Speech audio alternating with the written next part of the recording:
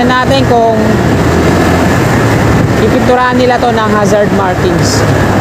Kasi nakakalito din naman kasi yung pavement tsaka yung mga poste magkakaparehas lang ng kulay. Anytime talaga pag nagkamali ka dito, sasalpok ka. At ito na mga kababayan, nandito na tayo sa location mismo na ginagawa nilang off-ramp. Ito yung unang span na nakumpleto na nila, na-installan na ng mga steel girder. Ito, bali yung steel girder na naka-install dito ay dalawa. Ayan, kagaya dun sa Quirino Avenue. Tapos dito na yung pangalawang span. Ito yung pangatlo, pangapat. So doon pa lang sa unang span yung na-installan. So dito na ata yung susunod. Tingnan nyo naman ang haba ng mga steel girder na nandito. Ina-assemble nila, pinagdudugtong-dugtong. Sinimulan ko to, walang naniniwala sa paligid ko. Magandang tanghali po sa inyong lahat mga kababayan, mga kasikap. Welcome po sa panibago na naman nating update. Araw po ngayon ng Sabado, ika-21 na po ng Hunyo, taong 2025. At nandito tayo ngayon sa haba ng Salis Road, sa ilalim ng NAIA Expressway. At mag-update po tayo dito ngayon. Dito pa lang mga kasikap, pinapakita ko na sa inyo yung Center Island at yung ilalim mismo na itong NAIA Expressway ay wala na yung mga Center Island. So, tingnan natin kung ipinturahan nila to ng hazard markings. Kasi nakakalito din naman kasi yung pavement tsaka yung mga poste magkakaparehas lang ng kulay. Anytime talaga pag nagkamali ka dito, sasalpok ka. Kita nyo naman kita nyo yung mga motorsiklo, di ba? Nung may Center Island, dire-diretso lang yan. Ngayon, anytime pwede na silang lumiko. Ayan, kakanan naman tayo dito.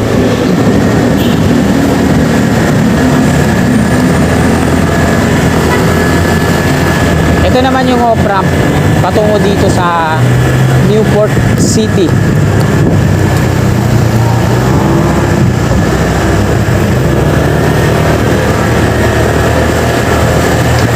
So gusto kong ipakita sa inyo mga kababayan, mga kasikap, yung off-ramp na ginagawa dito ng Grand Apex, subcontract ng San Miguel Corporation. Part po ito ng rehab dito sa NAIA Terminal 3, 1 and 2 and 3, 4.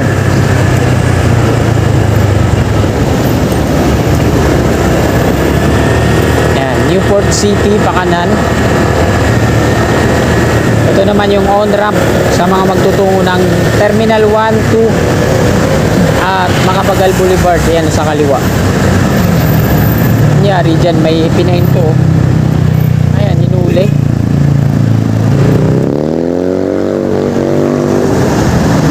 Ano kaya, coding ba or bakit kaya hinuli? Ito naman yung footbridge tawiran patungo dun sa arrival at departure.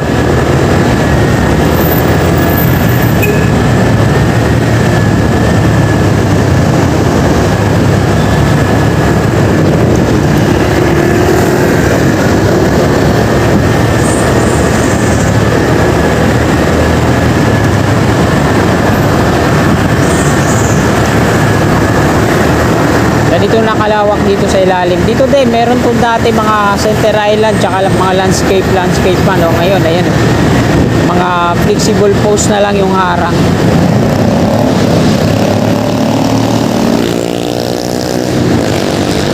At ito na mga kababayan, nandito na tayo sa location mismo na ginagawa nilang off-ramp. Ayan. Dito sa gilid po ito ng Savoy Hotel.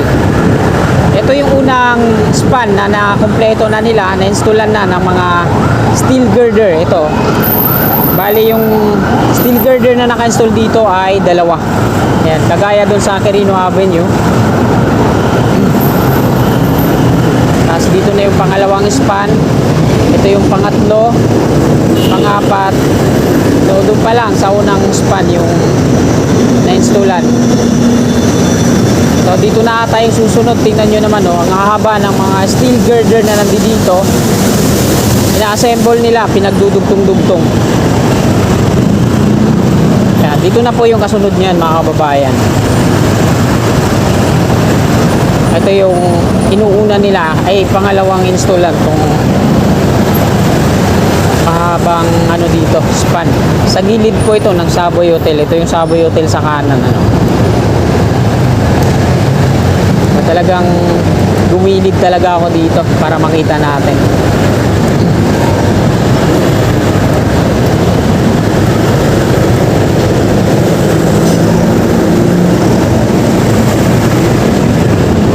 Ito yung ika-6 na pier column.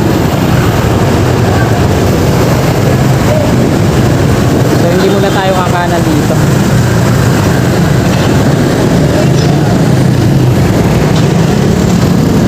Ito yung ika-7. Ayan, gumawa na sila ng wall dito. Tapos sagad na hanggang dito yung ano, mga to, sheet pile. Ayan o.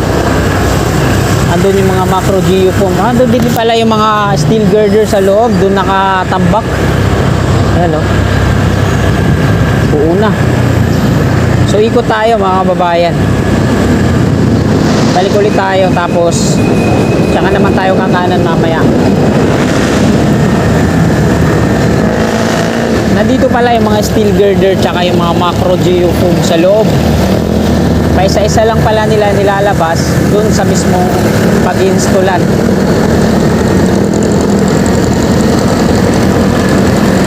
Pakita ko ulit dito, no? Sa likod. Kaya gamit yung mobile crane na yan. Ayan yung ginagamit nila sa mga lifting operation.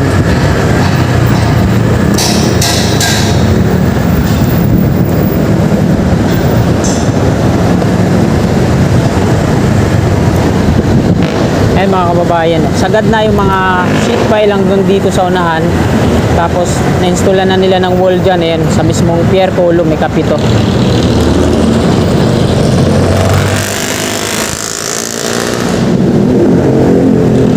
Ayan, balik na tayo dito. Ayun, inaayos na nila yung ika-6 na pier doon. Tinatanggal yung mga pinolik board kasi mag-install na nga sila doon ng mga steel girder, yung mahaba na ina-assemble sa baba.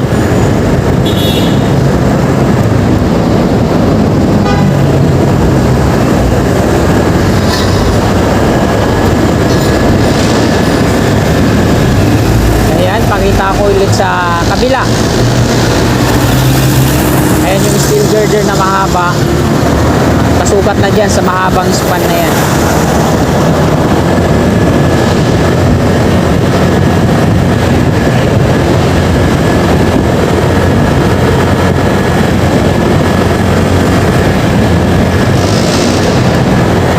Dito naman na ako mag-U-turn.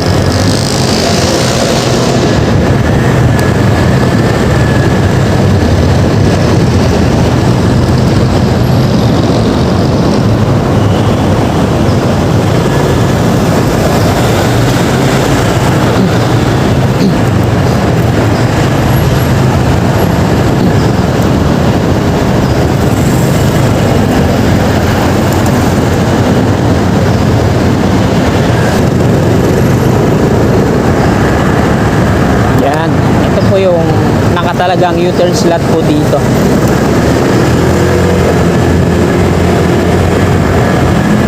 Tsaka naman tayo kakanan na patungo na ang nangyayari Andros Avenue. Andros Avenue na po ito, sorry. Patungo tayo ng Domestic Road.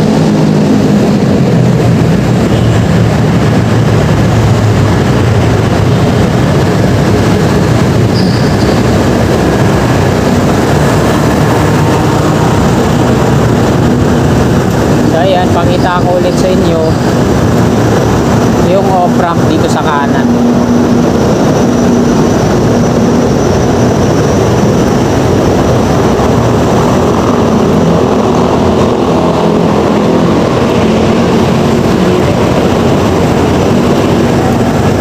Ang lalaki din ng mga steel girder na ini-install nila dito, no? Walang pinagkaiba yung nandoon sa Quirino Avenue, yung on-ramp to South along Osmeña.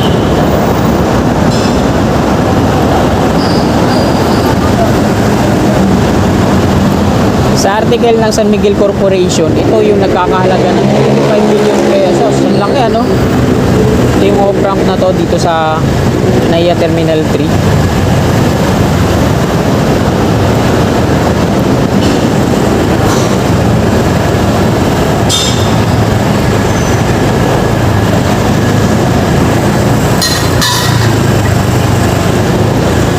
Ayan, mobile crane yung ginagamit nila sa mga pagbubuhat ng mga sheet pile. Ito naman, pakita ko sa inyo yung jet na naka-hanger dito sa Barangay 18. Galing po ito dito sa PA Aerospace Museum. 814 yung number, no? Sa Barangay 183.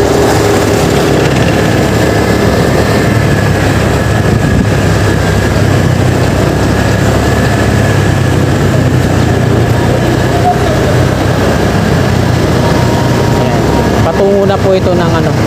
Ayan, nilagyan na nila ng mga ano, mga wala to dati. Ayan yung 4.27 yung clearance. Siguro nadala sila dun sa nangyari sa NLEX, ano, yung trailer truck.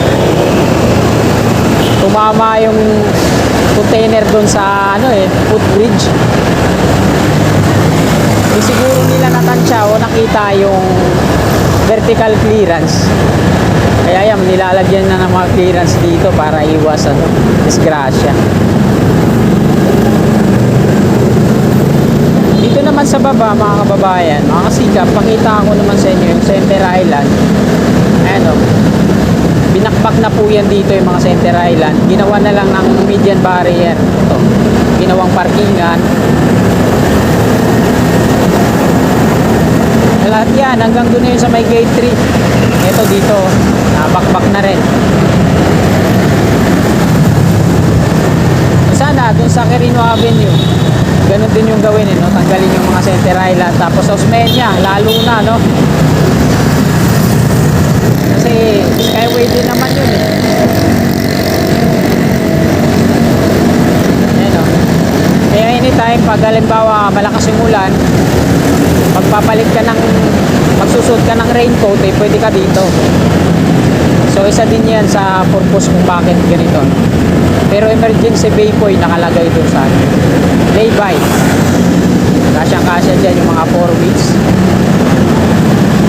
So sana lagyan nila ng mga hazard markings, tsaka yung mga pintura para kitang-kita, no? Ayan naman yung viaduct ng NAIA Expressway extension to EDSA via Tramo. Ayan. Mula EDSA po yan.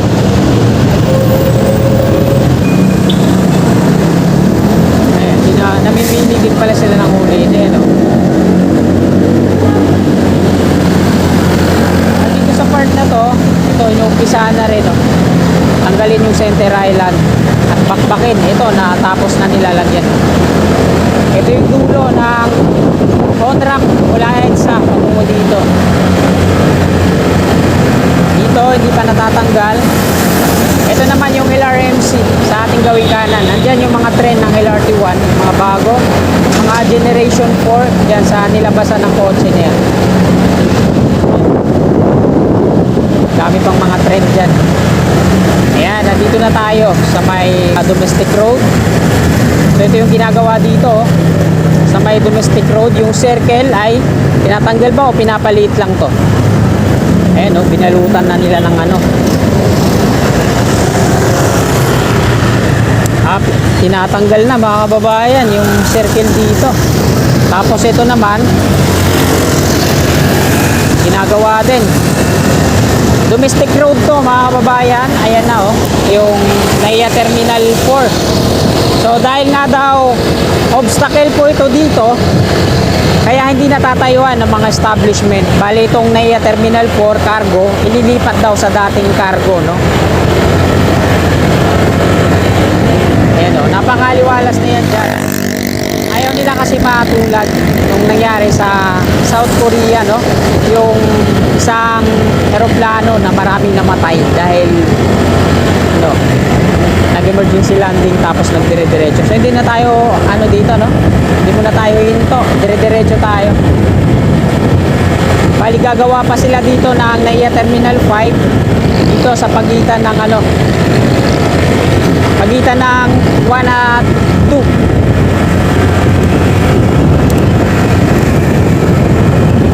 Domestic road po ito dito.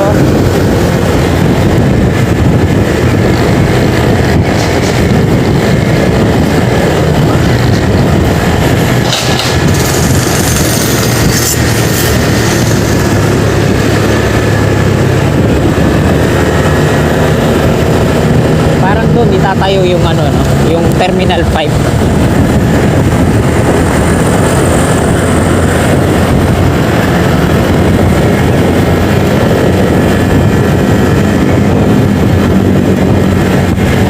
Expressway po yan dyan sa unahan natin, mga pakaliwa patungo dyan sa rampa pababa ng NAIA Terminal 2 at 1.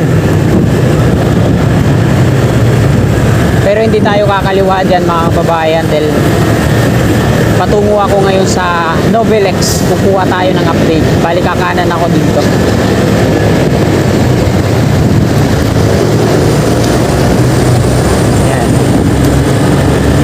Ito yung NAIA Expressway.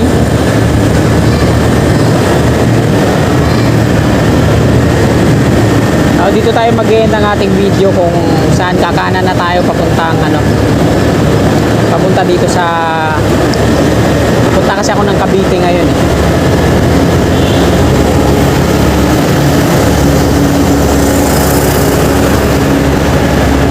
Inarangan dito sa tulay oh.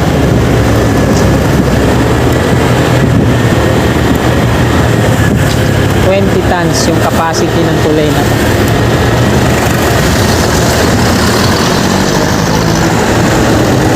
Pinapalawak din yung tulay na to, no? Yung ilalim yung ilog.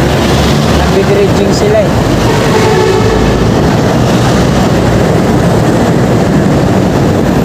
Ayan, kakaliwa na ako dito.